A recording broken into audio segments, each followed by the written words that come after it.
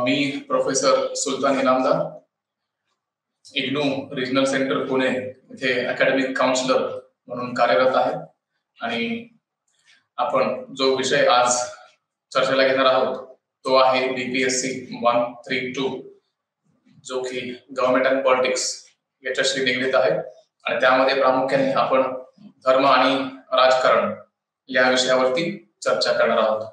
म्हणजे कशा प्रकारे भारतामध्ये धर्माला राजकारणामध्ये समाविष्ट केलं गेलेलं आहे, किंवा कशा प्रकारे आपण धर्माला राजकारणापासून वेगळं ठेवू शकतो, याबद्दलचं हे सर्व डिस्कशन असणार आहे.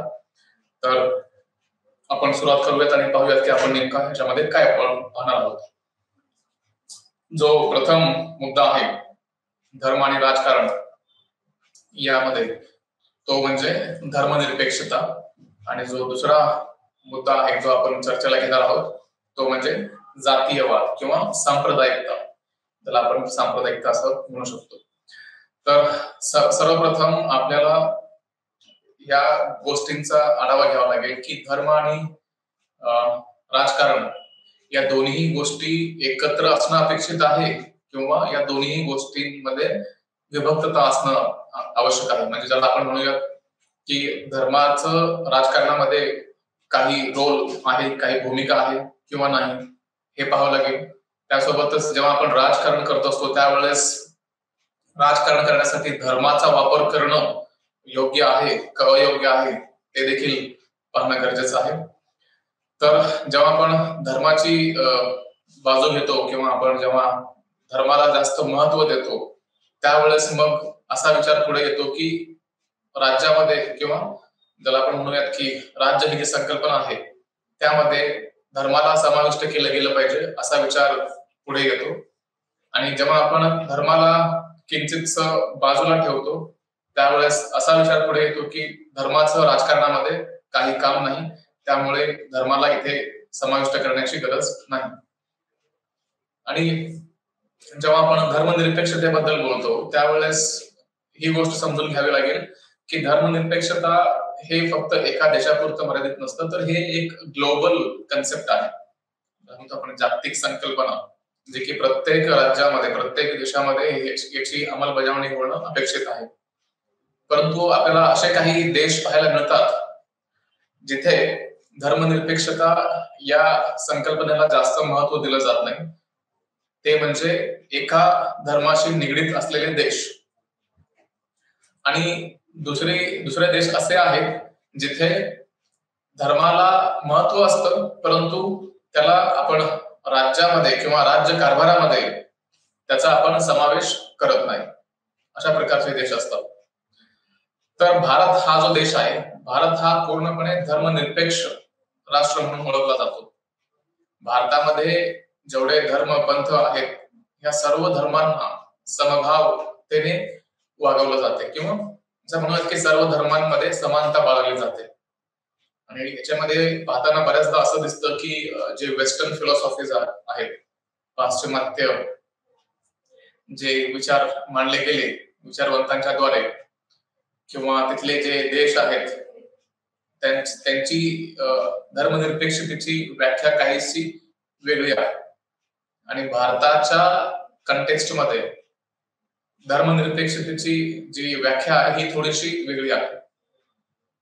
तर धर्मनिरपेक्षता हा एक असा शब्द आहे की ज्याचा वापर अनेक राजकीय पक्ष देखील करतात की जेणेकरून त्यांना राजकारणामध्ये त्याचा योग्य वापर करता यावा. आणि काही पक्ष असेही आहेत की जे धर्मनिरपेक्षतेला विरोध करतात आणि एका पंथाला किंवा एका धर्माला पूर्ण समर्थन देतात. आणि यातून काय होतं तर एक प्रकारचा जातीय तेढ जो निर्माण होतो, सांप्रदायिकता जी निर्माण होते ती कशी होते तर कट्टरतावाद ज्याला आपण म्हणूयात, ज्याला आपण कम्युनलिझम सुद्धा म्हणतो, सांप्रदायिकता. तर ही जी कट्टरतावाद असते किंवा ही जी सांप्रदायिकता असते ही खऱ्या अर्थाने समाजासाठी हानिकारक असते. एक धर्म आहे जो आपल्या धर्माचं आचरण करतो, दुसरा धर्म आहे तो देखील तेच करतो. हे करत असताना काही राजकीय पक्ष पुढे येतात जे एका विशिष्ट धर्माला समर्थन देतात आणि दुसरे काही लोक असतात ते देखील त्याला प्रत्युत्तर म्हणून त्या दुसऱ्या धर्माला समर्थन देण्यासाठी राजकीय पक्ष स्थापन करतात. तर इथे मुद्दा हा दिसतो की कशा प्रकारे हे राजकीय पक्ष जे असतात बऱ्याचदा धर्माला राजकारणामध्ये आणतात आणि धर्माच्या आधारे लोकांच्याकडून मत मागितलं जातं आणि अशा प्रकारचं चित्र निर्माण केलं जातं की जिथे जर तुम्ही आम्हाला मत दिला तरच तुमची सुरक्षा होऊ शकते, अन्यथा जो दुसरा धर्म आहे तो आपल्यावरती वर्चस्व गाजवेल. तर ही झाली एक बाजू. त्याच प्रकारे दुसरा जो पक्ष असतो तो देखील काहीशी अशीच भाषा वापरताना दिसतो आणि त्यामुळे काय होतं तर एक प्रकारचा जो सांप्रदायिकतावाद असतो किंवा कट्टरतावाद असतो तो दुसऱ्या सांप्रदायिकतावादासाठी पोषक वातावरण निर्माण करतो. म्हणजे असं आपण म्हणू शकतो की एक कट्टरतावाद दुसऱ्या कट्टरतावादाला एक अशा प्रकारचं एन्व्हायरमेंट उभं करून देतो, प्लॅटफॉर्म उभं करून देतो की जेणेकरून एकाला विरोध करून दुसरा पक्ष सत्तेमध्ये येऊ शकतो किंवा लोकांचं समर्थन मोठ्या प्रमाणात मिळतं. तर हे कोणत्याही लोकशाही देशासाठी, लोकतंत्रासाठी हे कोणत्याही आधारावरती आपण योग्य आहे असं म्हणू शकत नाही. आणि धर्म ही एक अशी गोष्ट आहे ज्याला आपण आपल्या खासगी आयुष्यामध्ये त्याचं आचरण करतो आणि सामाजिक आयुष्यामध्ये किंवा त्याला म्हणून आपण सार्वजनिक ठिकाणी देखील आपण त्याचा वापर करू शकतो किंवा त्याचं आचरण करू शकतो. परंतु त्यासाठी ही काळजी घेणं अत्यंत आवश्यक आहे की आपण सार्वजनिक ठिकाणी धर्माचा वापर करत असताना याची काळजी घेणं अत्यावश्यक आहे की आपण दुसऱ्या धर्माच्या वरती कोणत्याही प्रकारे हल्ला करत नाही आहोत किंवा कोणत्याही धर्मावरती आपण टीका टिप्पणी करत नाही आहोत. परंतु असं होताना मात्र दिसत नाही. जेव्हा एक धर्म किंवा एका व्यक्तीला, एका धर्माला जास्त समर्थन मिळतं त्यावेळेस आपोआपच जो दुसरा धर्म असतो त्याला खतपाणी मिळतं आणि तो धर्म देखील अशाच प्रकारे काही कारवाई करताना आपल्याला दिसतं. तर एकंदरीत याच्यामध्ये आपण असं म्हणू शकतो की एक कट्टरतावाद जो आहे तो दुसऱ्या कट्टरतावादाला पूर्णपणे समर्थन देत असतो आणि त्यामुळे हे जे दोन राजकीय पक्ष असतात ते दोन्ही बाजूने मजबूत होत जातात.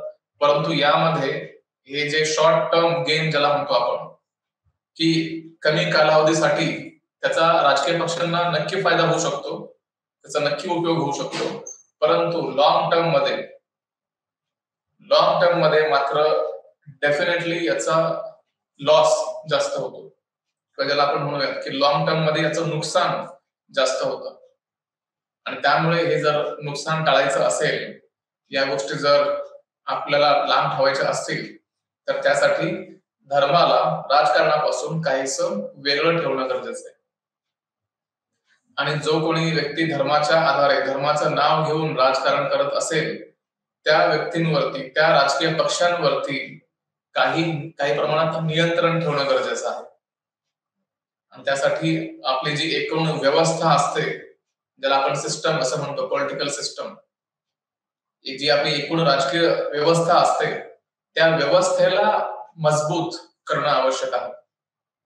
आणि आपण जेव्हा या व्यवस्थेला ताकद देतो, या व्यवस्थेला मजबूत करतो त्यावेळेस खऱ्या अर्थाने आपण एक सशक्त देश घडवू शकतो. अन्यथा जर ही सांप्रदायिकता भारतामध्ये चालूच राहिली किंवा अन्य कोणत्याही देशामध्ये जर चालूच राहिली तर ते लॉंग टर्म साठी किंवा ज्याला आपण म्हणूयात की दूर दृष्टिकोनातून जर आपण पाहण्याचा प्रयत्न केला तर यामध्ये दूरदृष्टीचा अभाव जाणवतो. आणि त्यासाठी मग संकल्पना जी पुढे येते, जी खऱ्या अर्थाने लोकांच्या विकासाबद्दल मत व्यक्त करते किंवा प्रत्येक जे धर्म आहेत भारतामध्ये किंवा अन्य कोणत्याही देशामध्ये जे धर्म आहेत त्या धर्मांचं जर आचरण करायचं असेल, जर त्या धर्मांना सुरक्षा पोहोचवायची असेल तर नक्कीच त्यासाठी आपण राज्यघटनेमध्ये तरतूद करू शकतो. परंतु काही पक्ष असे असतात किंवा काही लोक असे असतात की ज्यांना राज्यघटनेवर देखील विश्वास नसतो आणि त्यांच्यासाठी राज्यघटना वगैरे ह्या सर्व दुय्यम गोष्टी आहेत. आणि ही खऱ्या अर्थाने कोणत्याही लोकशाही देशासाठी एक शोकांतिका आहे की जिथे राज्यघटना मात्र असते परंतु त्याचं पालन मात्र कोणी करत नाही. आणि हळूहळूपणे असं दिसतं की काही कालांतराने जी घटना देशामध्ये असते किंवा ज्याला आपण संविधान असं म्हणतो, जो संविधान आपण वापरत असतो त्या संविधानाला शून्य किंमत उरते आणि मग अशी वेळ येते की जिथे त्या संविधानालाच नष्ट केलं जातं आणि पुन्हा मग नव्याने देश उभारण्यासाठी पाऊल उचललं जातं. परंतु हे सर्व हे जे आपण पाहतोय ह्या सर्व गोष्टी एका रात्री किंवा एका दिवसात होणाऱ्या नाहीयेत.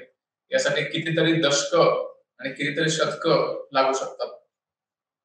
कोणताही देश उभारणं म्हणजे एका दिवसात होणारं काम नाहीये, त्यासाठी अनेक शतकं लागतील.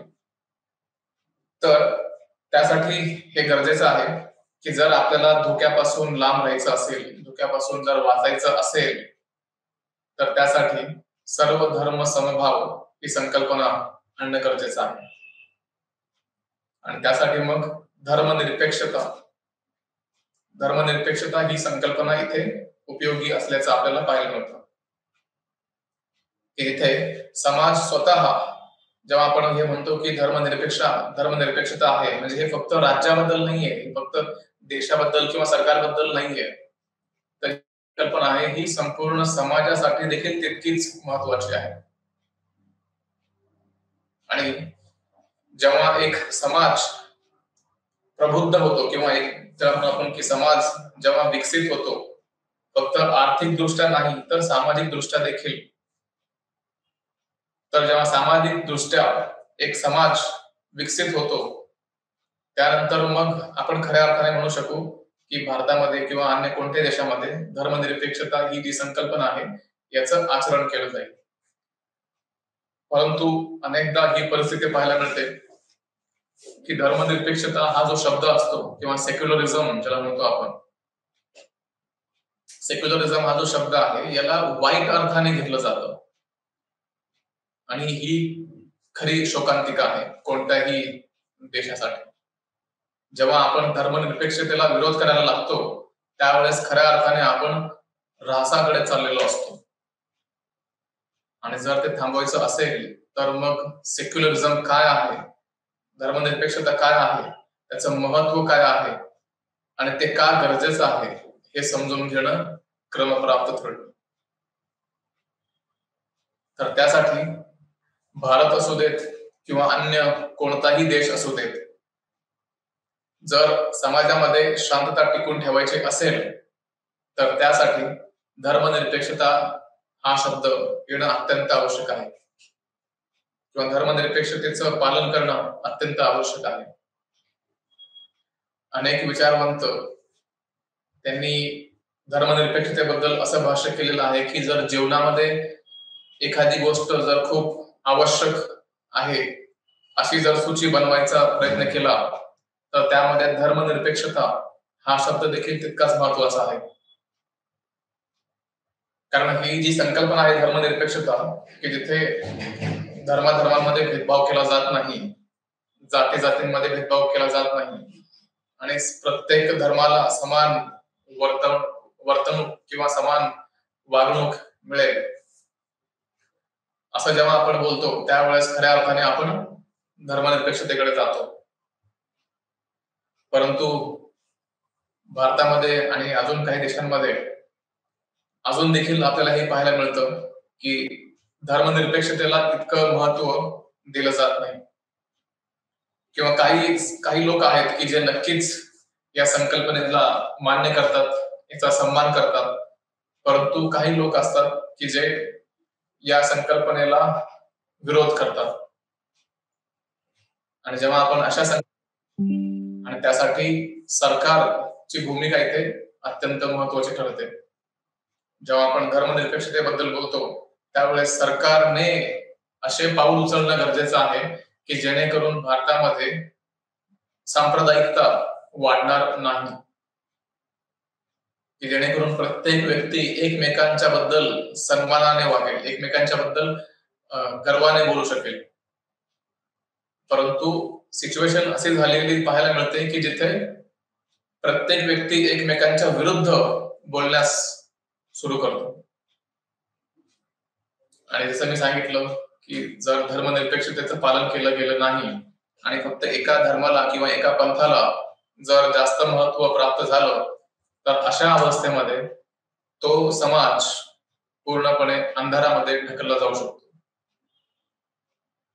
आणि त्यासाठीच हे अत्यंत आवश्यक ठरतं की आपण कशा प्रकारे स्वतःचा समाज जो असतो त्या समाजाला आपण कशा प्रकारे प्रगतीकडे नेऊ शकतो. आणि आपण जेव्हा विकासाबद्दल बोलतो तर अनेकदा लोकांच्या मनामध्ये विकास म्हणजे फक्त आर्थिक विकास ही संकल्पना रूढ झाल्याची आपल्याला पाहायला मिळते. परंतु खरा विकास फक्त आर्थिक विकास नसतो. जेव्हा आपण ह्युमॅनिटीज मध्ये, तर आपण सोशल सायन्सेस म्हणतो, समाजशास्त्राच्या दृष्टिकोनातून किंवा मानवतेच्या दृष्टिकोनातून जेव्हा आपण या विकास या संकल्पनेकडे पाहण्याचा प्रयत्न करतो, त्यावेळेस आपल्याला असं दिसतं की फक्त आर्थिक विकास करून चालत नाही. असे अनेक देश आज जगभरामध्ये उपलब्ध आहेत की जे आर्थिक दृष्ट्या खूप विकसित आहेत, परंतु तिथे जर आपण मानवी निर्देशांक जर पाहायला गेलो, त्याला आपण HDI म्हणतो, ह्युमन डेव्हलपमेंट इंडेक्स, तर त्यात असं पाहायला मिळतं की हे देश खूप मागे राहिलेले आहेत.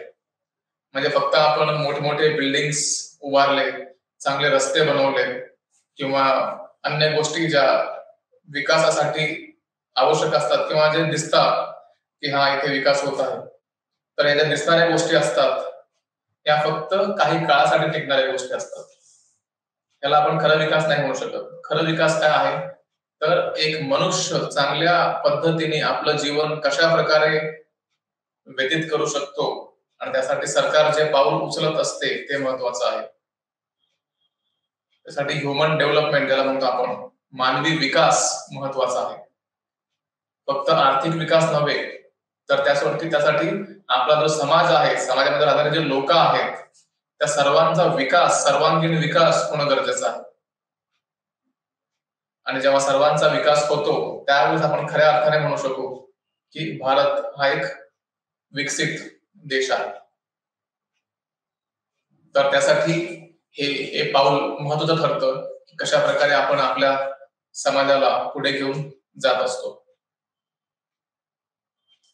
तर ही जी संकल्पना आहे धर्मनिरपेक्षता, याचा सरळ साधा अर्थ असा होतो की धर्मामध्ये राज्याला हस्तक्षेप न करू देता ज्या काही राज्याच्या गोष्टी आहेत ते राज्य आपल्या परीने करत राहील आणि धर्मामध्ये देखील राज्य जोपर्यंत काही चुकीचं होत नाही तोपर्यंत हस्तक्षेप करणार नाही. या दोन गोष्टी आहेत.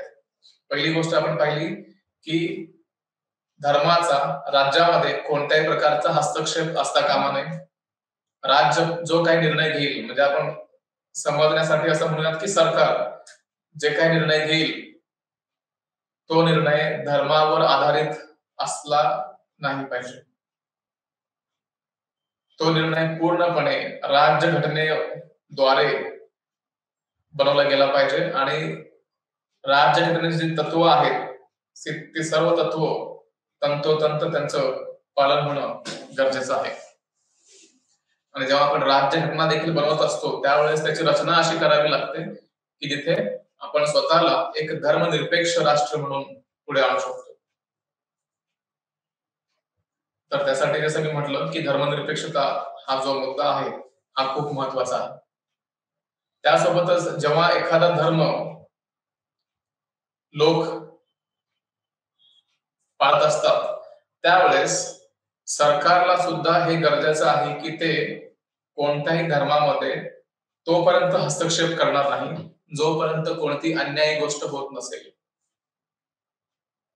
तर नक्कीच धर्मामध्ये जे काही चुकीच्या रूढी परंपरा आहेत ते नष्ट करण्यासाठी सरकारने पाऊल उचलणं गरजेचं आहे.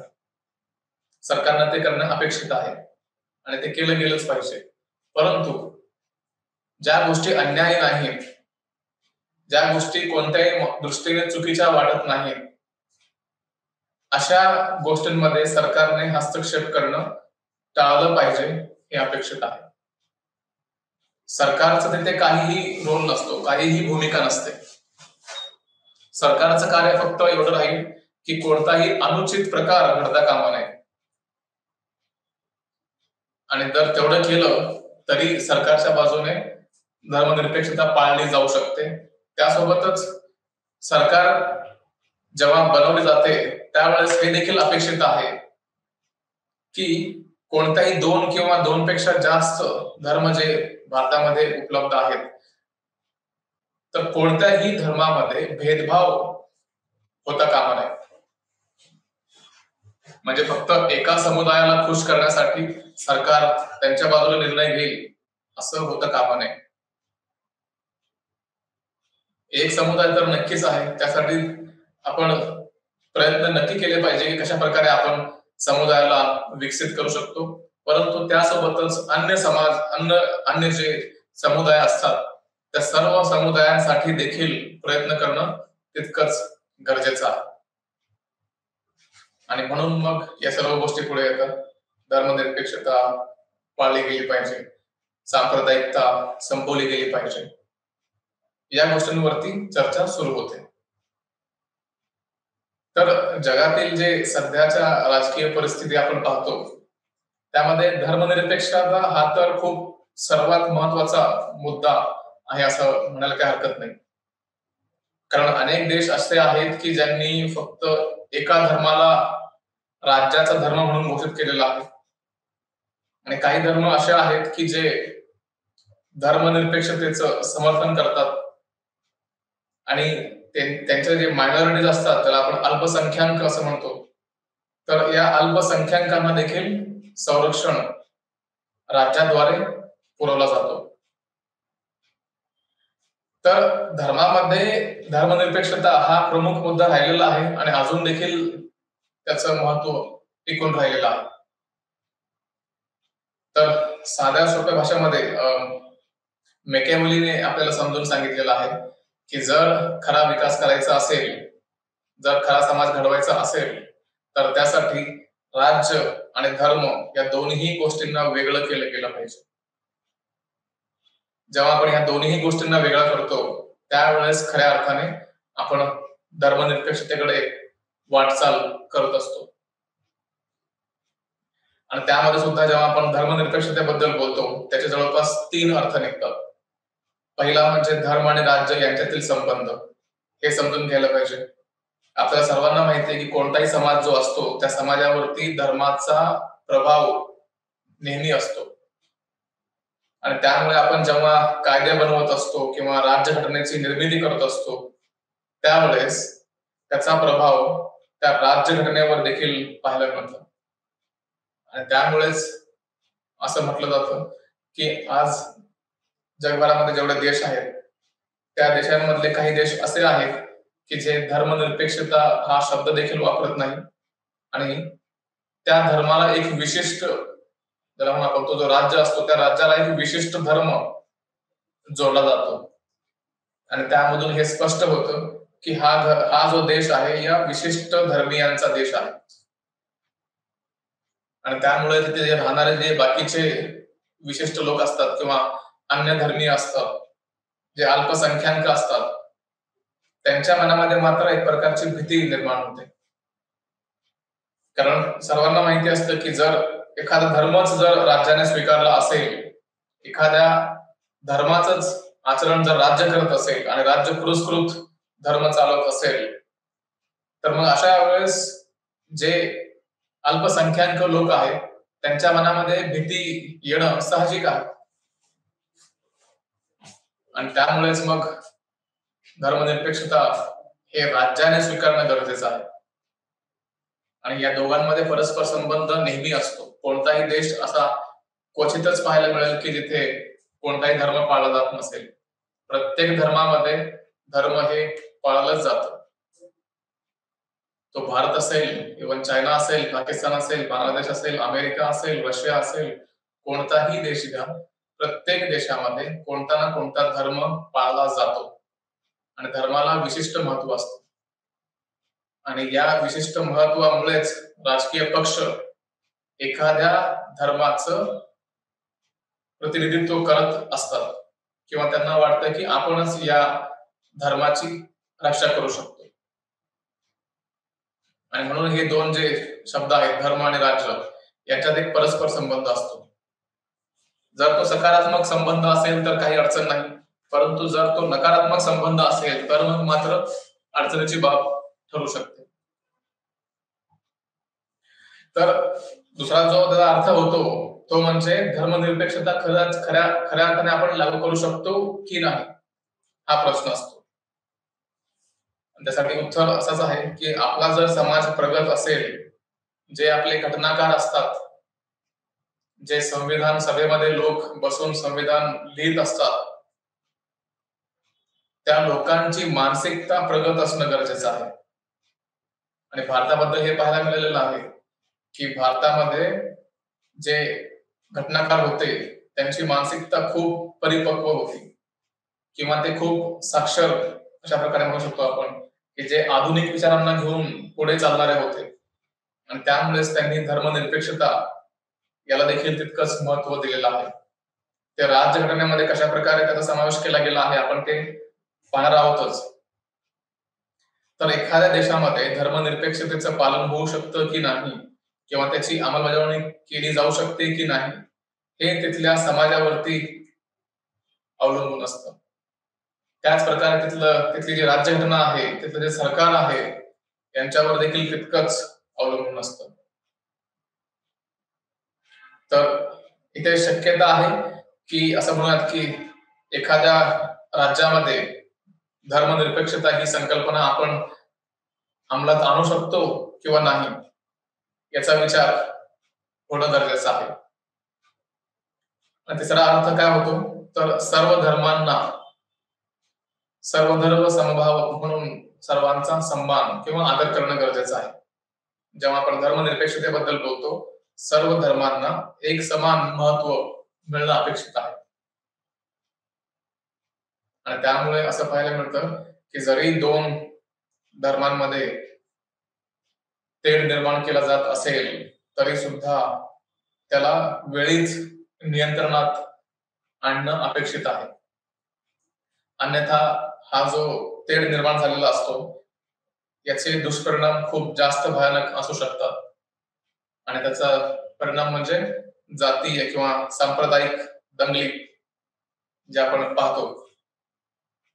भारतामध्ये देखील हे आपल्याला पाहायला मिळालेलं आहे किंवा अन्य जे देश आहेत त्यामध्ये पाश्चिमात्य देश असतील किंवा आशियामधले देश असतील, अनेक देशांमध्ये धार्मिक संप्रदायता पाहायला मिळते किंवा त्याला म्हणून आपण की एक प्रकारचं व्हायलेन्स आपल्याला पाहायला मिळतं. आणि त्यामुळे एकमेकांच्या बद्दल सन्मान बाळगणं गरजेचं आहे. जरी एखादा धर्म बहुसंख्य असेल आणि दुसरा धर्म अल्पसंख्य असेल तरी सुद्धा दोन्हीही धर्मांच्या लोकांनी एकमेकांच्या बद्दल आपुलकी बाळगणं गरजेचं आहे. एक प्रकारचा सन्मान बाळगणं गरजेचं आहे. आणि जेव्हा आपण त्या गोष्टी करतो त्याच वेळेस मग खऱ्या अर्थाने धर्मनिरपेक्षता देशामध्ये रुजवली जाऊ शकते. अन्यथा फक्त लोकांच्या मनामध्ये जर ते निर्माण केला गेला तर फलस्वरूप फक्त देशामध्ये दंगली आणि अत्याचार, अन्याय याच गोष्टी पाहायला मिळतील. आणि म्हणूनच ज्याला म्हणतो आपण की ज्या जीवन जगण्यासाठी ज्या आवश्यक गोष्टी आहेत त्यामध्ये धर्मनिरपेक्षता देखील तितकाच महत्वाचा रोल प्ले करत असतो.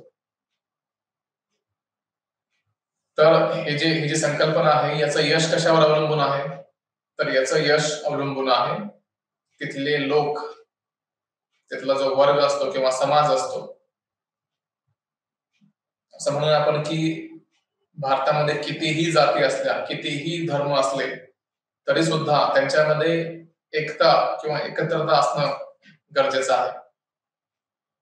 तर जे वेल नोन ऑथर आपण राजीव भार्गव असं म्हणतो, तर राजीव भार्गवने सुद्धा धर्मनिरपेक्षतेबद्दल कमेंट केलेलं आहे आणि त्यांचं स्पष्ट मत आहे की धर्मनिरपेक्षतेचे यश समाजातील वर्ग आणि जातीय गटांच्या दबावातून राज्यांचे स्वातंत्र्यावर अवलंबून असले पाहिजे.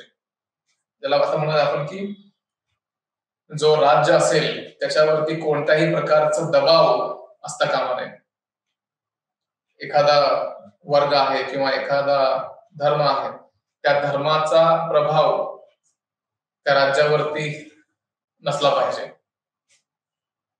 आणि त्यासाठी हे आवश्यक आहे की जेव्हा आपण राज्याला स्वतंत्र करतो, इंडिपेंडेंट करतो, त्यावेळेस खऱ्या अर्थाने आपण म्हणूयात की धर्म आणि राज्य या दोन्ही गोष्टींमध्ये आपण फारकत केलेली आहे. या दोन्ही गोष्टींना आपण वेगवेगळं केलेलं आहे आणि जेव्हा आपण दोन्ही गोष्टींना वेगळ्या करतो त्यावेळेस आपण धर्मनिरपेक्षतेकडे वाटचाल करतो.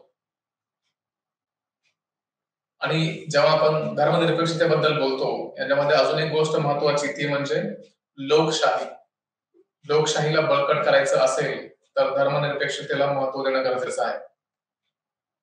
लोकशाही संकल्पना खूप आवश्यक आहे आणि धर्मनिरपेक्षता ही जी संकल्पना आहे ही लोकशाही देशामध्ये जास्त चांगल्या प्रकारे रुजवली जाऊ शकते आणि जिथे हुकुमशाही देश असतील, हुकुमशाही सत्ता असतील, अशा ठिकाणी धर्मनिरपेक्षतेचं पालन करणं खूप कठीण जातं आणि त्यामुळे तिथला जो बहुसंख्य समाज असतो त्याचा प्रभाव किंवा जर म्हणू आपण की त्याची जी शक्ती असते त्याचा प्रभाव तिथल्या अल्पसंख्य समाजावरती होतो आणि त्यामुळे तो जो अल्पसंख्य समाज जो असतो तो नेहमी घाबरून राहतो आणि त्यामुळे इथे बऱ्याचदा असं पाहायला मिळतं की मग संपूर्ण समाज एकत्रपणे पुढे जात नाही किंवा विकास होत नाही.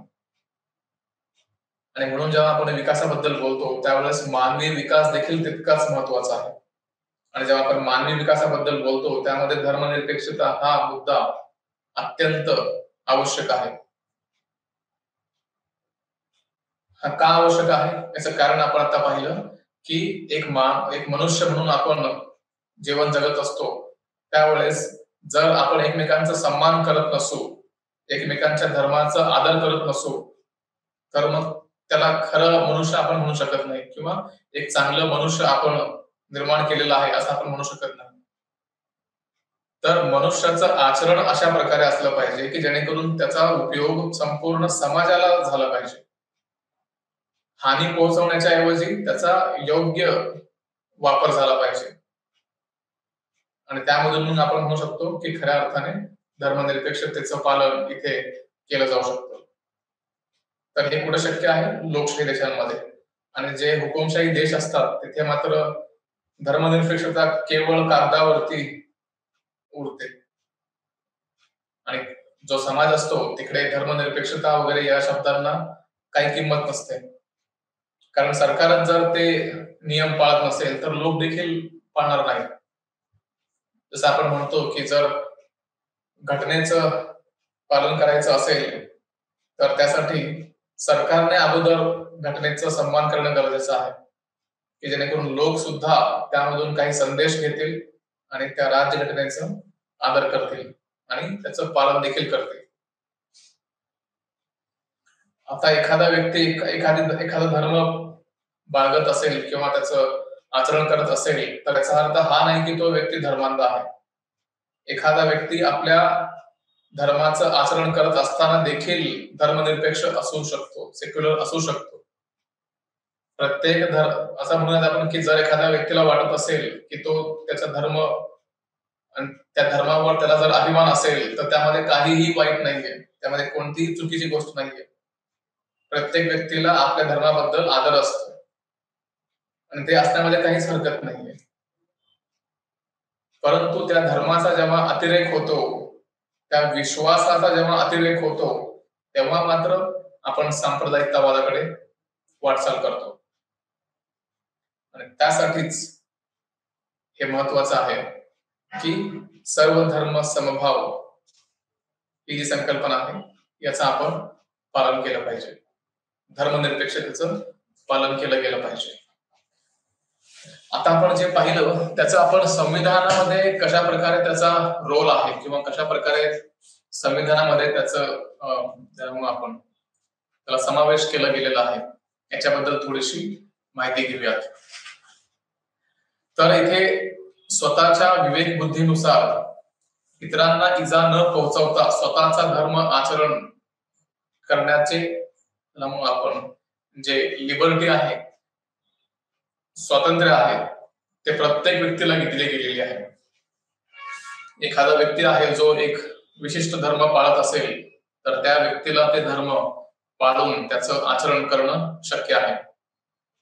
आणि एखाद्या व्यक्तीला जर असं वाटत असेल की मला कोणत्याही धर्माला पाळायचं नाही किंवा फॉलो करायचं नाहीये तर अशी व्यवस्था देखील उपलब्ध आहे. एखाद्या व्यक्तीला जर कोणता धर्म पाळायचा नसेल तर अशा व्यक्तीला धर्म पाळण्यासाठी जबरदस्ती कोणीही करू शकत नाही. ते सरकार करू शकत नाही किंवा त्याचा समाज देखील करू शकत नाही. पण याच्यामध्ये एक गोष्ट आहे की जर एखाद्या व्यक्तीपर्यंत तो धर्म पोहोचवायचा असेल तर आपण प्रचार करू शकतो त्या धर्माबद्दल. त्या धर्मामध्ये ज्या चांगल्या गोष्टी आहेत त्याचा आपण प्रचार आणि प्रसार करू शकतो, लोकांपर्यंत ती माहिती पोहोचवू शकतो.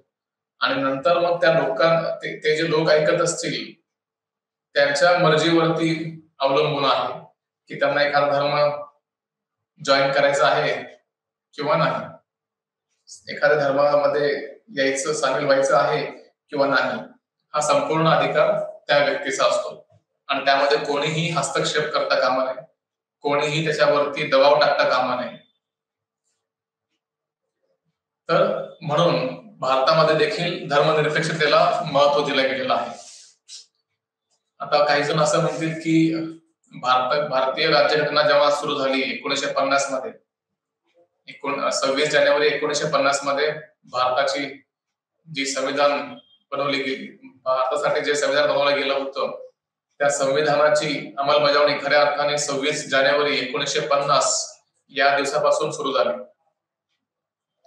तेव्हा भारताच्या संविधानामध्ये किंवा ज्याला आपण प्रिएम्बल असं म्हणतो,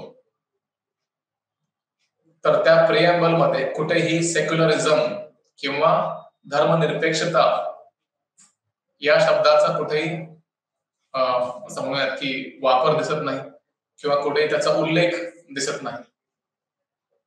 परंतु तसं जरी नसलं तरी त्यामध्ये काही कलम असे होते जे आपण पुढे चर्चा करूयात. कलम 25 ते 30 ज्याला आपण धर्म स्वातंत्र्य असं म्हणतो, त्याबद्दल आपण चर्चा करूया. तर सुरुवातीला जेव्हा धर्मनिरपेक्षता या शब्दाबद्दल चर्चा केली गेली त्यावेळेस मात्र भारतीय संविधानामध्ये धर्मनिरपेक्षता हा शब्द आपण जास्त वापरलेला नाहीये. हा शब्द जो आहे तो जवळपास 1976 मध्ये 42व्या घटना दुरुस्तीद्वारे घटनेत समाविष्ट करण्यात आलेला आहे. सुरुवातीला हा शब्द नव्हता, परंतु 1976 मध्ये हा शब्द सेक्युलरिझम किंवा धर्मनिरपेक्षता हा शब्द 1976 मध्ये आपल्या भारतीय राज्यघटनेमध्ये समाविष्ट केला गेला. आणि धर्मनिरपेक्षता हे ज्याला म्हणून आपण की संविधानाचे एक मूलभूत वैशिष्ट्य आहे असा जो निर्णय आहे तो सर्वोच्च न्यायालयाने बोमई केसमध्ये दिलेला आहे. बोमई केसमध्ये न्यायालयाने हे स्पष्ट केलं की ज्याला आपण basic structure of the constitution असं म्हणतो, राज्यघटनेचा पाया किंवा ज्याला म्हणतो आपण की मूलभूत वैशिष्ट्ये, fundamental features of the constitution, त्याचाच एक भाग म्हणजे सेक्युलरिझम. भारतामध्ये सेक्युलरिझम किंवा धर्मनिरपेक्षतावाद याला बेसिक स्ट्रक्चर म्हणून न्यायालयाने मान्यता दिलेली आहे. आणि ते का दिलं गेलं ते अनुच्छेद 25 ते 30 या कलमांमुळे. जे आपले मूलभूत हक्क आहेत ते भारतीय राज्यघटनेच्या भाग 3 मध्ये नमूद करण्यात आलेलं आहे. तिसऱ्या भागामध्ये असं स्पष्ट लिहिलेलं आहे की अनुच्छेद 25 ते 30 हे जेवढे कलम आहेत किंवा अनुच्छेद आहेत यामध्ये धर्म स्वातंत्र्याचा उल्लेख केला गेलेला आहे. आणि त्यामुळे एकंदरीत असं पाहायला मिळतं की भारतामध्ये भलेही सुरुवातीला म्हणजे 1950 मध्ये जेव्हा राज्यघटनेची अंमलबजावणी सुरू झाली त्यावेळेस जरी सेक्युलरिझम किंवा धर्मनिरपेक्षता हा शब्द प्रियांबल मध्ये ऍड केला गेला नव्हता तरी देखील अनुच्छेद 25 ते 30 मात्र या शब्दाबद्दल स्पष्ट व्याख्या करत होता. आणि त्यामध्ये काय सांगितलेलं आहे? धर्म स्वतंत्र, की जिथे प्रत्येक व्यक्तीला त्यांना जो धर्म योग्य वाटत असेल त्या धर्माचं आचरण करण्याची मुभा त्यांना असेल. त्यासोबतच आचरण करत असताना ते स्वतःच्या धर्माचं प्रचार देखील करू शकतात. त्यांना जर वाटलं की हा धर्म मानवासाठी किंवा मनुष्यासाठी खूप महत्वाचा आहे आणि प्रत्येकाने याचं आचरण केलं पाहिजे असं वाटत असेल तर नक्कीच प्रत्येक व्यक्तीला ते अधिकार दिले गेलेले आहे की तो आपला धर्म प्रचार करू शकतो. परंतु यामध्ये देखील अट पुन्हा ती आहे की कोणतीही गोष्ट जबरदस्तीने होता कामा नये. धर्म परिवर्तन जबरदस्तीने होता कामा नये. जर एखाद्या व्यक्तीची इच्छा असेल तर तो व्यक्ती धर्म परिवर्तन करेल, अन्यथा कोणत्याही परिस्थितीमध्ये एखाद्या व्यक्तीला कोणीही दबाव टाकून त्याला धर्म परिवर्तन करण्यास भाग पाडू शकत नाही.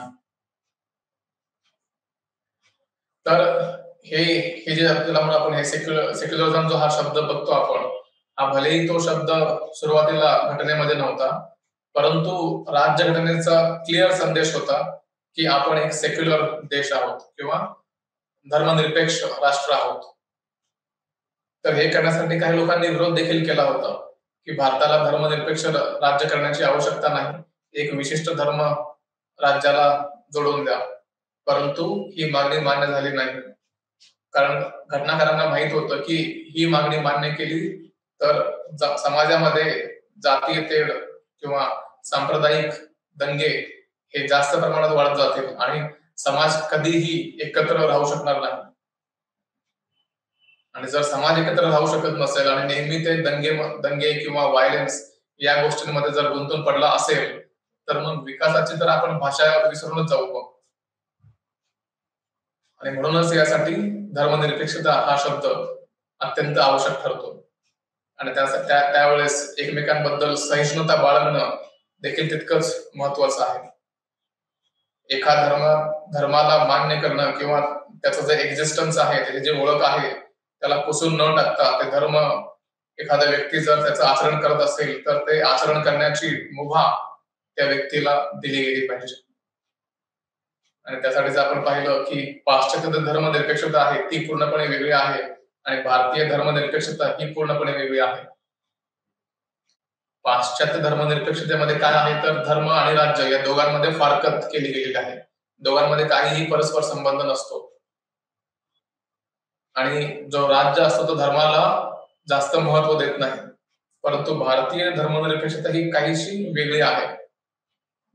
इथे देखील फरक आहे, परंतु इथे आपण पूर्णपणे धर्माला बाजूला काढून टाकत नाही तर एक सकारात्मक अर्थाने सर्व धर्मांना समान वर्तणूक किंवा वागणूक दिली जाते. आणि म्हणून भारतीय धर्मनिरपेक्षता ही विशिष्ट आहे बाकी धर्मनिरपेक्षतेच्या तुलनेमध्ये. आता आपण यानंतर पाहूयात की सांप्रदायिकता म्हणजे काय किंवा कम्युनलिझम म्हणजे नेमकं काय. तर सांप्रदायिकता हा एक शब्द आहे की जो धार्मिक किंवा वांशिक ओळख निर्माण करतो. सांप्रदायिकता एक समुदायाला जास्त महत्व देतो आणि ही जी सांप्रदायिकता आहे हे हा जो शब्द आहे हा अनेक अर्थाने वापरला जातो. प्रत्येक समूहाची, प्रत्येक व्यक्तीची एक विशिष्ट अशी ओळख असते आणि त्यामध्ये कोणती गोष्ट असू शकेल, जसं की आपण कल्चर म्हणतो, आपला संस्कृती असेल किंवा भाषा असेल, धर्म असेल, चालीरीत्या असतात, इतिहास आहे किंवा एखादा भूप्रदेश आहे, अर्थव्यवस्था आहे, हे इत्यादी गोष्टी ज्या आहेत, या सर्व गोष्टी आपला किंवा आपली ओळख दर्शवत असतात. जसं आपण भाषेबद्दल बोललो, तर एखादा व्यक्ती जर मराठी बोलत असेल तर तो मराठी भाषिक आहे, त्याची ही ओळख झाली. किंवा एखादा धर्म कोणी पाळत असेल तर तो विशेष धर्माला निगडीत असतो. त्यासोबतच भूप्रदेश आहे किंवा अर्थव्यवस्था आहे, अनेक गोष्टी आहेत की जे आपली ओळख दर्शवत असतात. जसं प्रदेशाबद्दल बोलायचं झालं तर महाराष्ट्रामध्ये एखादा व्यक्ती राहत असेल तर तो महाराष्ट्रीयन आहे किंवा भारतामध्ये राहत असेल संपूर्ण परिक्षेत्रामध्ये तर तो एक भारतीय म्हणून आहे. तर हे प्रदेश देखील आपली ओळख दर्शवत असतात आणि त्यामध्येच भारत हा एक बहुधार्मिक देश आहे की जिथे अनेक धर्म भारतामध्ये रुजवले गेलेले आहेत किंवा त्याचं आचरण भारतामध्ये केलं जातं. तर सांप्रदायिकता काय असते तर एक समान धर्माच्या आधारे समुदायाच्या सदस्यांच्या दृष्टीला आकार देते. म्हणजेच काय तर एक पर्टिक्युलर समाज असतो, एक पर्टिक्युलर धर्म असतो, त्या धर्माला काही लोक समर्थन देतात आणि ते समर्थन इतक्या जास्त प्रमाणात वाढतं की त्याचा अतिरेक होऊ लागतो आणि त्यामुळे त्या अतिरेकामुळे बाकी जे अन्य धर्मीय आहेत त्यांच्याबद्दल एक प्रकारचा द्वेष निर्माण होऊ लागतो. जेव्हा अशी परिस्थिती उद्भवते त्यावेळेस मात्र लॉ अँड ऑर्डरची सिच्युएशन हाताळणं खूप जास्त अवघड होऊन बसतं.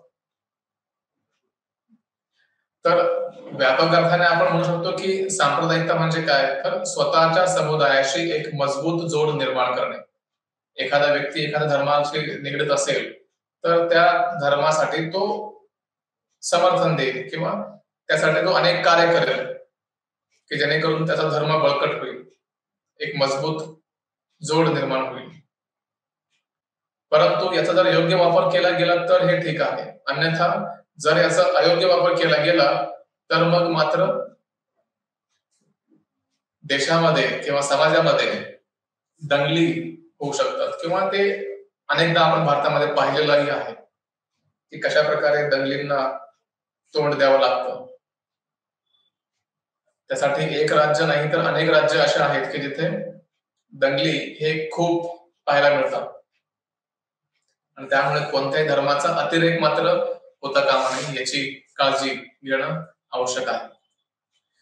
याला आपण म्हणू शकतो की ही एक विचारधारा आहे, आयडिओलॉजी आहे जी एका समुदायाला एकत्र आणण्यासाठी वापरली जाते आणि त्यामुळे जे ज्याला म्हणून आपण प्रतिस्पर्धी आहेत किंवा अन्य धर्मीय आहेत त्यांच्यावरती दडपण आणलं जातं, त्यांच्यावरती दबाव आणला जातो. तर एक जो समाज एक जो समुदाय असतो किंवा धर्म असतो त्या धर्मातले लोक एकत्र जेव्हा येतात त्याचा दुसरा अर्थ हाही असतो की ते दुसऱ्या धर्माच्या विरुद्ध एकत्र येत असतात आणि त्यामुळे सांप्रदायिकता वाढण्याची शक्यता खूप जास्त वाढते आणि त्यामध्ये असहिष्णुता हा देखील तितकाच ज्वलंत इश्यू किंवा मुद्दा राहिलेला आहे की तिथे भारतामध्ये देखील असहिष्णुता पाहायला मिळते किंवा अनेक देश आहेत जिथे असहिष्णुतेचं उदाहरणं आपल्या समोर आपण पाहिलेले आहेत.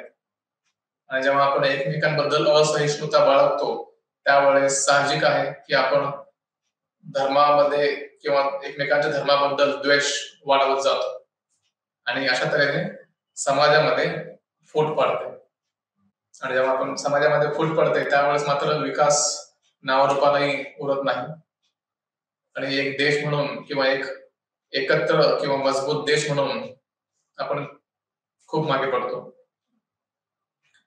तर नकारात्मक अर्थाने एक विचारधारा आहे जी स्वतःच्या हितसंबंधांना प्रोत्साहन देते. कोणाविरुद्ध तर एक विशिष्ट धर्माच्या विरुद्ध. धार्मिक आणि जातीय अस्मितेच्या आधारावर समुदायामध्ये फूट किंवा त्याला म्हणून आपण की भेदभाव केला जातो आणि याच्यामध्ये राजकीय पक्ष देखील तितकीच महत्वाची भूमिका बजावताना आपल्याला पाहायला मिळतं. तर प्राचीन भारतीय समाजात विविध धर्माचे लोक शांततेने एकत्र राहत होते. जर आपण पाहायचं म्हटलं मागे इतिहासामध्ये जाऊन, तर जो प्राचीन भारत होता त्यावेळेस जातीय दंगली वगैरे फारशा पाहायला मिळत नव्हत्या. कारण साहजिक होतं की तिथले जे लोक होते ते शांततेने एकत्र राहत होते. त्याने धर्माला कधीही जास्त महत्व दिलेलं नाहीये, किंवा जे जेवढं गरजेचं होतं तेवढं त्यांनी नक्की दिलेलं आहे. परंतु त्याचा अतिरेक मात्र त्यांनी टाळल्याचं आपल्याला पाहायला मिळतं.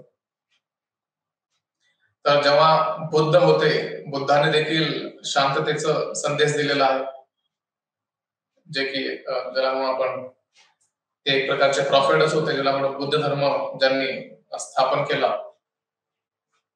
त्यांचा संदेश एकच होता, तो म्हणजे शांतता किंवा पीस मेंटेन करणं. त्यानंतर सम्राट अशोक देखील होऊन गेले भारतामध्ये, यांनी देखील शांतता बाळगण्याचा संदेश दिलेला आहे. आणि यांनी देखील धार्मिक सहिष्णुतेचं उदाहरण आपल्या समोर पाहायला मिळालेलं आहे. त्यांचं स्पष्ट मत होतं की प्रत्येक धर्मीयाला त्याच्या धर्माचं आचरण करण्यासाठी त्यांना स्वातंत्र्य दिलेलं असतं. आणि अशोक राजा, इतका मोठा राजा असताना देखील त्यांनी प्रत्येक धर्माला समान वागणूक देण्याचे जे धोरण होते त्यावेळेस अवलंबले होते. त्यानंतर जर आपण मिडिवल इंडियामध्ये पाहायचा प्रयत्न केला, मध्ययुगीन भारत, तर त्यामध्ये सम्राट अकबर आणि शेरशाह सूरी यासारखे राजे होऊन गेले, ज्यांनी देशभरात प्रचलित असलेल्या विविध संस्कृती आणि परंपरेबद्दल सहिष्णुतेचे धार्मिक धोरण पाळले. यांनी देखील एकमेकांच्या बद्दल सहिष्णुता बाळगली आणि सर्व धर्मांना एक संहिता म्हणून आपण की पुढे घेऊन जाण्याचं कार्य यांनी केलेलं आहे. तर हे या गोष्टी आहेत. आणि त्यासोबतच आता आपण पाहूयात की नेमके कारण कोणती आहेत की ज्यामुळे हे जातीय वाद किंवा दंगली, सांप्रदायिक वाद ज्याला म्हणतो आपण, हे होण्यामागचं कारण काय आहे. पहिलं जे कारण आहे ते म्हणजे ब्रिटिश साम्राज्यवाद जे भारतामध्ये होतं. ब्रिटिशांनी भारतावरती अनेक वर्ष राज्य केलेलं आहे आणि त्यांनी भारतावर राज्य करण्यासाठी एक तत्व पाळलं, त्याचं नाव म्हणजे डिवाइड अँड रूल, ज्याला आपण फोडा आणि राज्य करा असं म्हणतो. तर एखादा समाज एकसंध असेल, एकत्र असेल, तर त्यांच्यावरती राज्य करणं अवघड जातं. परंतु जर आपण त्या समाजाला जर तोडलं तर त्यांच्यावरती राज्य करणं सोपं जातं, कारण त्यावेळेस त्या समाजाची जी ताकद असते ती कमी झालेली असते. त्यामुळे त्यांच्यावरती राज्य करणं सोपं जातं. त्या कारणासाठीच भारतीयांच्या मध्ये फोडा आणि राज्य करा हे जे तत्व होतं, हे तत्व ब्रिटिशांनी भारतामध्ये आणलं. त्यानंतर मग अजून बऱ्याच गोष्टी आहेत, जसं की त्यांची आर्थिक स्थिती असेल, रखडलेली शेती असेल, किंवा मग उद्योगांचा अभाव असेल, किंवा तरुणामध्ये निराशा असेल, किंवा अनेक गोष्टी आहेत की ज्यामुळे जे लोक असतात किंवा जो युवा तरुण असतो, हे लोक जे असतात हे अशा जातीय दंगलीमध्ये ओढले जातात. त्याचा समावेश या जातीय दंगलीमध्ये केला जातो. आणि त्यासोबतच हिंदू आणि मुस्लिम दोन धर्म जे आहेत यांच्या अनेक चळवळी झाल्या. इतिहासामध्ये आपण पाहिलेलं आहे की बरेच चळवळी केल्या गेल्या आणि त्यामुळे मग एकमेकांची चळवळी पाहून एकमेकांबद्दल द्वेष निर्माण होत गेला. आणि त्यामधून मग अजून शाळा, महाविद्यालय जे आहेत तिथे देखील अशा प्रकारचं शिक्षण दिलं गेलं की जेणेकरून आपण एकत्र भारत, किंवा याला म्हणून आपण की भारतामध्ये युनिटी आणण्याच्या ऐवजी आपण इथे द्वेष पसरवण्याचं एक प्रकारचं कार्यच केल्याचं पाहायला मिळतं.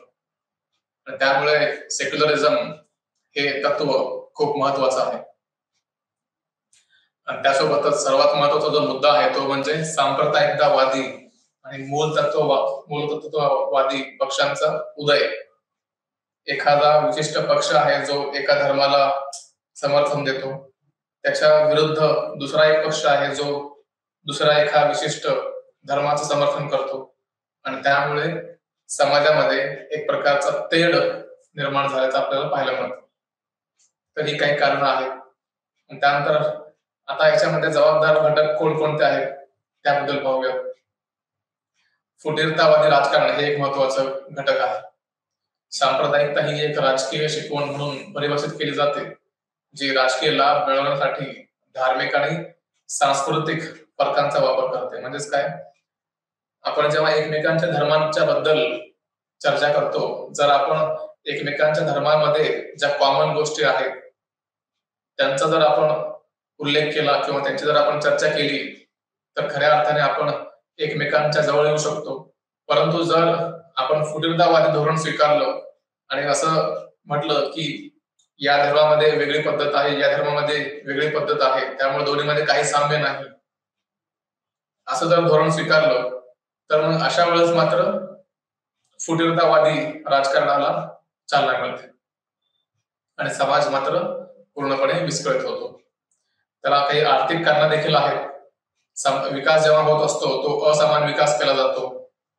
गरिबी, बेरोजगारी, असुरक्षितता या सर्व राजकीय गोष्टी आहेत की ज्या भारतामध्ये आणि अनेक देशांमध्ये पाहायला मिळतात आणि हे घटक देखील हिंसाचारासाठी पोषक वातावरण निर्माण करतात. भारतामध्ये तर जातीय दंगलींचा इतिहास राहिलेला आहे. ज्या गावात एक किंवा दोनदा जातीय दंगली घडल्या आहेत अशा गावात जातीय दंगली पुन्हा पुन्हा होण्याची शक्यता जास्त असते. त्या शहरांच्या तुलनेत किंवा गावांच्या तुलनेत जिथे जातीय दंगली यापूर्वी घडल्या नाहीत. तर इथे ही शक्यता आपण टाळू शकत नाही किंवा पूर्णपणे बरखास्त करू शकत नाही. त्यासोबतच तुष्टीकरणाचे राजकारण देखील भारतामध्ये केलं जातं. राजकीय विचारांनी प्रेरित आणि त्यांच्या स्वार्थानुसार राजकीय पक्ष जातीय हिंसाचाराला चालना देण्याचा प्रयत्न करतात. काही विशिष्ट पक्ष आहेत की जे त्या धर्माचे रक्षणकर्ते म्हणून स्वतःची पाठ थपथपतात आणि त्यामुळे नेमकं असं दिसतं की हे राजकीय जे पक्ष असतात या पक्षांच्यामुळे समाजामध्ये एक प्रकारची दरी निर्माण केली जाते. हे जे राजकीय पक्ष असतात हे फक्त स्वतःचं हित साधण्यासाठी समाजाला कोणत्याही थराला जाऊन तोडण्यासाठी प्रयत्न करतात की जेणेकरून एका धर्माला आपण जर समर्थन दिलं तर त्यावेळेस सर्व लोक आपल्या पाठीशी उभे राहतील किंवा एखाद्या ज्याला म्हणू आपण की एखाद्या देशामध्ये जर बहुसंख्य समाज असेल तर हे जे राजकीय पक्ष असतात हे राजकीय पक्ष त्या बहुसंख्य समाजाच्या धर्माचं आचरण करायला सुरुवात करतात. त्यामुळे हे तुष्टीकरण अजूनच वाढत जातं. त्यासोबतच प्रसार माध्यमांची भूमिका देखील तितकीच महत्वाची आहे. अनेकदा चुकीच्या बातम्या दाखवल्या जातात. आता सर्वांना माहिती आहे की समाज घडवण्यामध्ये प्रसार माध्यमांची भूमिका खूप जास्त महत्वाची असते, ज्याला आपण लोकशाहीचा चौथा स्तंभ असं म्हणतो. तर हा जो चौथा स्तंभ आहे तो कशा प्रकारे पूर्णपणे कमकुवत केला जात आहे याचं उदाहरण म्हणजे भारतामध्ये असलेली प्रसार माध्यम की जिथे जातीय तेढ निर्माण करण्यासाठी अनेक प्रसार माध्यम हे आपली भूमिका पार पाडत आहेत की जेणेकरून हिंदू मुस्लिम्स यांच्यामधला जो गॅप आहे तो अजून वाढत जावा, हा एकंदरीत या प्रसार माध्यमांची भूमिका असल्याचं पाहायला मिळतं की जेणेकरून कशा प्रकारे जास्तीत जास्त तुष्टीकरण केलं जाऊ शकतं, कशा प्रकारे पोलरायझेशन केलं जाऊ शकतं, ध्रुवीकरण केलं जाऊ शकतं की जेणेकरून या दोन्ही धर्मांमधला जो गॅप आहे किंवा जी दरी आहे ती अजून जास्त प्रमाणात वाढवली जाईल. तर त्यासाठी हे राजकीय पक्ष जे असतात हे राजकीय पक्ष नेहमी अशा प्रसार माध्यमांचा वापर करून एका विशिष्ट धर्माला समर्थन देतात आणि त्यामुळे बऱ्याचदा असं पाहायला मिळतं की त्या समर्थनामुळे समाज पूर्णपणे वेगळा होतो आणि त्यासाठीच मग पुढे एक अशी अवस्था निर्माण होते की जिथे धर्म तर राहतो बाजूलाच, परंतु संपूर्ण जो समाज असतो तो अनेक तुकड्यामध्ये विभागला जातो आणि ज्याला आपण युनिटी वगैरे शब्द वापरतो ते युनिटी वगैरे शब्द नावारूपालाही शिल्लक राहत नाही. आणि त्यासाठीच हे महत्वाचं आहे की सेक्युलरिझम किंवा धर्मनिरपेक्षतावाद या सर्व गोष्टी आपण पाळणं आवश्यक आहे. तर इथे या सादरीकरणामध्ये आपण आज इथेच थांबूयात. धन्यवाद.